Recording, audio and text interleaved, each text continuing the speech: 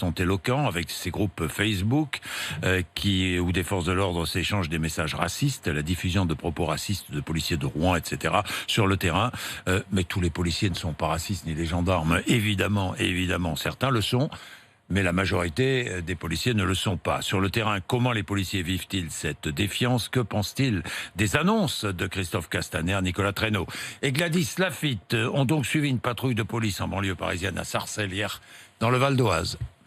Depuis 4 ans, Sofiane est policier dans le Val d'Oise. On va arriver sur le secteur de la gare de Garges-Sarcelles. Lui et ses 2 collègues, Vincent et Nicolas, vivent mal les accusations de racisme dans la police. Ils souhaitent que tous ne soient pas mis dans le même panier. Ça m'est déjà arrivé de me faire insulter de raciste. C'est des choses que j'accepte pas du tout. Je ne dis pas qu'il n'y a pas de brebis galeuses. Elles sont sanctionnées à juste titre. Dès l'instant où il y a un acte qu'on considère comme étant des violences policières, tout de suite tous les policiers sont des porcs, tous les policiers sont des racistes et c'est assez dommage et écœurant. Même incompréhension face aux accusations de violences policières. Individu interpellé.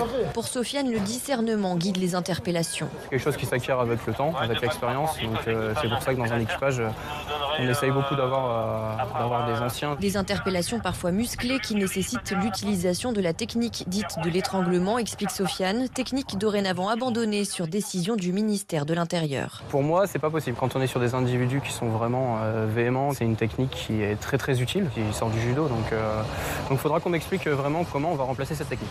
Leur quotidien, c'est aussi le lien avec les habitants et leur protection. Exemple hier chez cette dame en détresse. J'appelle la police, ils m'accrochent au nez. Bah non, regardez, on est ici. C'est parce que vous avez appelé la police, donc on est venu. Un lien qui s'est distendu, constate Nicolas. Heureusement qu'on a encore ce lien-là, mais plus ça va, plus on peut avoir le sentiment que ça commence à se fracturer. À une période de ma vie, je faisais pas mal de sport et je sais que je passais pas mal de temps à aller dans des foyers d'accueil, des choses comme ça pour initier le sport à des jeunes, pour occuper un petit peu leur journée. C'est des solutions. Début juillet, Christophe Castaner présentera les conclusions du livre blanc de la sécurité intérieure et du schéma national du maintien de l'ordre pour construire, dit-il, une police de la confiance.